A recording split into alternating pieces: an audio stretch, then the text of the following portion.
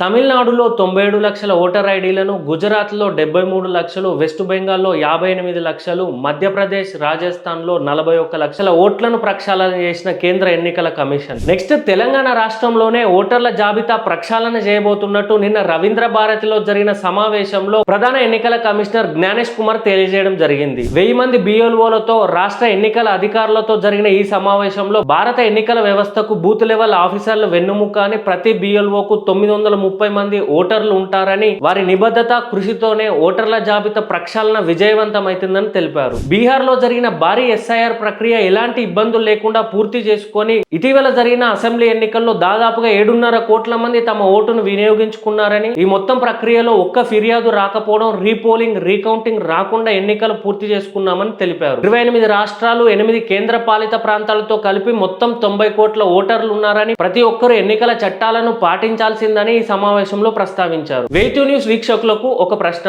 దేశంలో మొట్టమొదటి ఎస్ఐఆర్ ఏ సంవత్సరంలో జరిగింది? కింద కామెంట్ రూపంలో తెలియజేయగలరు.